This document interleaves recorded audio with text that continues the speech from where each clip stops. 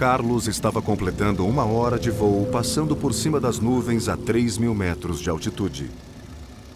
A visibilidade era boa, mas o jovem piloto teve uma surpresa. Estava tudo normal, mas de repente eu tive a sensação de estar sendo observado. Então eu me virei e percebi que na parte de cima da asa do avião tinha um objeto.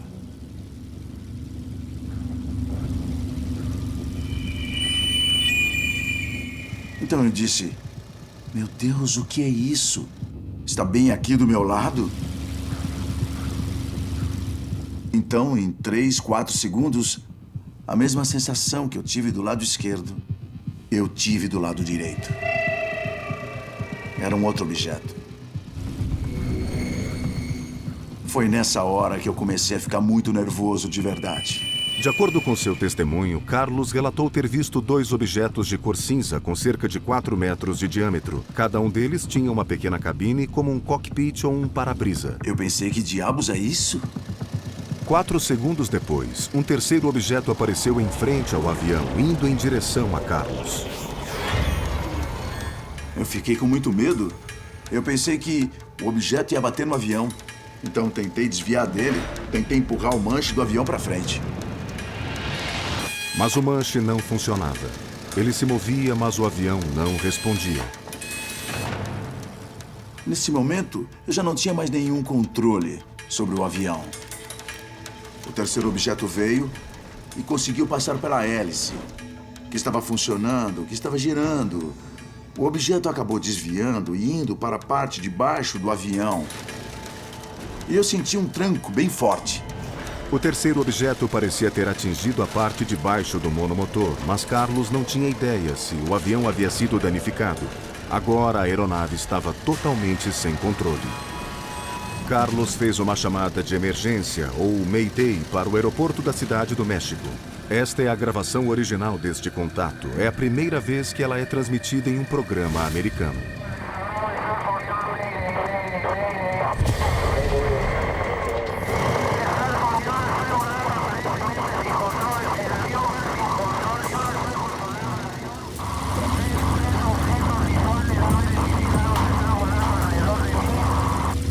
Então, o avião de Carlos começou a mudar seu curso dramaticamente. Ele subia cada vez mais, incessantemente, e ele não podia fazer nada. O avião chegou a 4.500 metros de altitude.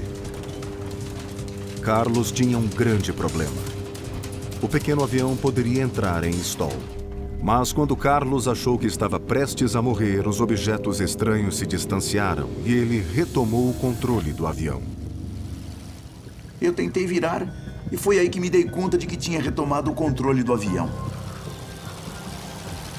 Carlos imediatamente começou a baixar o avião, já que se aproximava do aeroporto da Cidade do México. Mas o piloto descobriu que não seria capaz de baixar o trem de pouso corretamente. Luzes na cabine indicaram que as rodas não poderiam ser travadas. Quando o terceiro objeto veio e bateu na parte de baixo da fuselagem, pode ter danificado o trem de pouso. Carlos não tem escolha, a não ser aterrissar de qualquer maneira, se arriscando ao fazer um pouso forçado. Alpes Ötztal. Em 1991, o turista alemão Helmut Simon descobriu um cadáver antigo durante uma caminhada nos Alpes e decidiu fotografá-lo. A foto que ele tirou levou a uma descoberta arqueológica. Os cientistas ficaram intrigados ao concluir que o corpo tinha 5.300 anos. Era o corpo congelado mais antigo já descoberto que forneceria uma nova visão do estilo de vida pré-histórico. A múmia ganhou um nome: Otzi. Após a descoberta, Helmut Simon voltou a fazer o que amava: caminhar. 13 anos depois, em 7 de outubro de 2004, o saudável senhor de 67 anos saiu e avisou a esposa que voltaria em poucas horas. Helmut conhecia bem as trilhas e a região. Quando ele não voltou depois do anoitecer, sua esposa Erika temeu pelo pior. Helmut Simon não retornou naquela noite. Seu desaparecimento levou a uma operação de busca e resgate nos Alpes. 8 dias depois, com a operação prestes a ser encerrada, um caçador encontrou seu corpo na base de uma ravina. Para a surpresa de todos, assim como aconteceu com Otzi, o corpo de Helmut Simon foi descoberto com o rosto virado para baixo, caído em um córrego e coberto por uma camada de neve.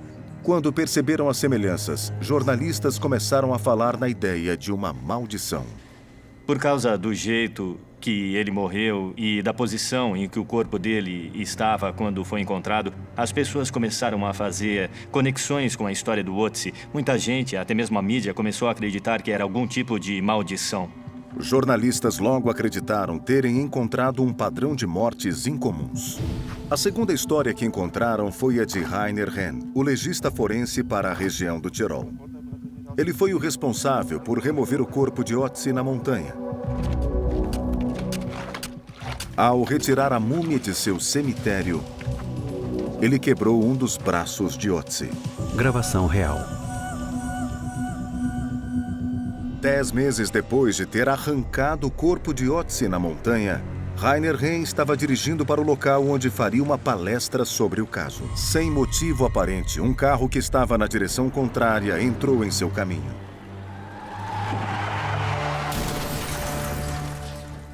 Foi uma colisão frontal. Sua esposa sofreu apenas pequenas lesões. Mas Henn foi declarado morto no local do... As pessoas falam que não têm medo da maldição e, de repente, morrem. Então, deve ter alguma coisa estranha. Tudo começou em 2005. Algo estranho passou a atacar suas galinhas de uma maneira horrenda. A coisa mais estranha é que cada vez que eu achava uma galinha morta, ela estava aberta em algum ponto da região da garganta. E parecia que estava totalmente sem sangue. Eu perdi 28 galinhas, todas elas mortas ao longo de meses, exatamente do mesmo jeito. E eu não sabia o que era, não tinha ideia. A doutora Canyon é especialista em vida selvagem e sempre morou em um rancho. Na hora, ela soube que aquilo não era característico de um predador comum do Texas. Em 2008, o cabo Brandon Rydell e sua parceira estavam fazendo um patrulhamento de rotina. Nós viemos até aqui, viramos a esquina e... Assim que viramos a esquina, olhamos para a cerca derrubada e vimos alguma coisa bem ali, parada no meio da estrada, e não identificamos o que era. Minha parceira na época era uma policial que estava treinando e ela gritou: "Ai, meu Deus, o que é isso?" O cabo Rydell ligou a câmera do painel de sua viatura para gravar a estranha criatura. Nós ficamos parados lá olhando o bicho correr. Era uma coisa bizarra. Ele virou para trás e olhou pra gente. Ele tinha um focinho excepcionalmente grande, dentes longos e salientes e olhos azuis brilhantes. Nós começamos a subir o morro aqui e ele fugiu, mas depois voltou e correu pela estrada. Foi muito estranho. Ele era todo esquisito.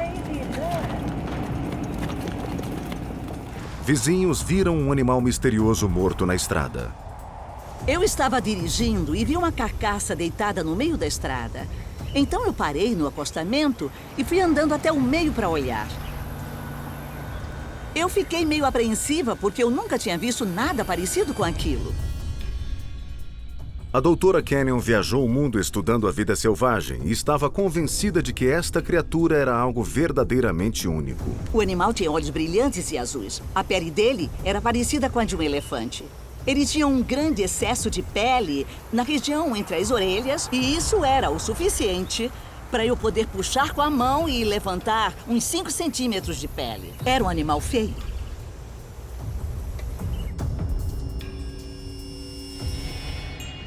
Em 2012, Harvey e seu filho Derek viram uma criatura sem pelos compatível com a que a doutora Canyon viu, mas sem sinais de sarna.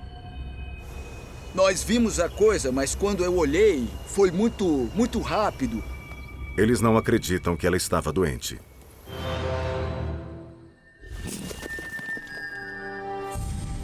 Eu fiquei bem perto, então o bicho ficou na minha frente. Os caras no walkie-talkie falaram não atira e nós começamos a correr atrás dele. Ele passou pelo nosso riacho, correu no meio das árvores, depois subiu o morro e foi pro campo aberto. Os caçadores experientes não tinham ideia do que era. Derek estava determinado a alcançá-lo para descobrir. A criatura conseguia correr a cerca de 70 km por hora, uma velocidade maior do que a alcançada por um coiote saudável. Nós ficamos com muito medo de dirigir rápido daquele jeito no campo aberto e sem conseguir chegar perto, ele não deixava. O que quer que fosse, não era um coiote com sarna. 17 de novembro de 2012. Vilarejo de Sivanagala, sudeste do Sri Lanka. Um dia típico da estação das monções, com chuva torrencial. Mas há algo muito diferente nesta chuva. O aguaceiro inicial foi repentino e durou mais de 15 minutos. Mas era só o começo. As pessoas desta parte do mundo estão acostumadas com chuva pesada, mas não com chuva cor de sangue. Elas ficaram assustadas demais para sair de casa. Choveu praticamente sem parar por 60 dias. As pessoas viraram reféns da misteriosa chuva vermelha e temiam que sua água potável estivesse contaminada. Para acalmar o pânico crescente, o governo foi obrigado a intervir. Well, a team of 6 specialist doctors have been appointed by the Ministry of Health to investigate the wet drain experience in the Savanagala area. Uma corrida contra o tempo teve início enquanto os investigadores trabalhavam para garantir que a água poderia ser consumida. Em 12 horas, nós já tínhamos as primeiras amostras de chuva vermelha para examinar. Havia um clamor público para saber o que era. Nós conseguimos fazer uma análise química, mas não pudemos afirmar o que era de maneira conclusiva.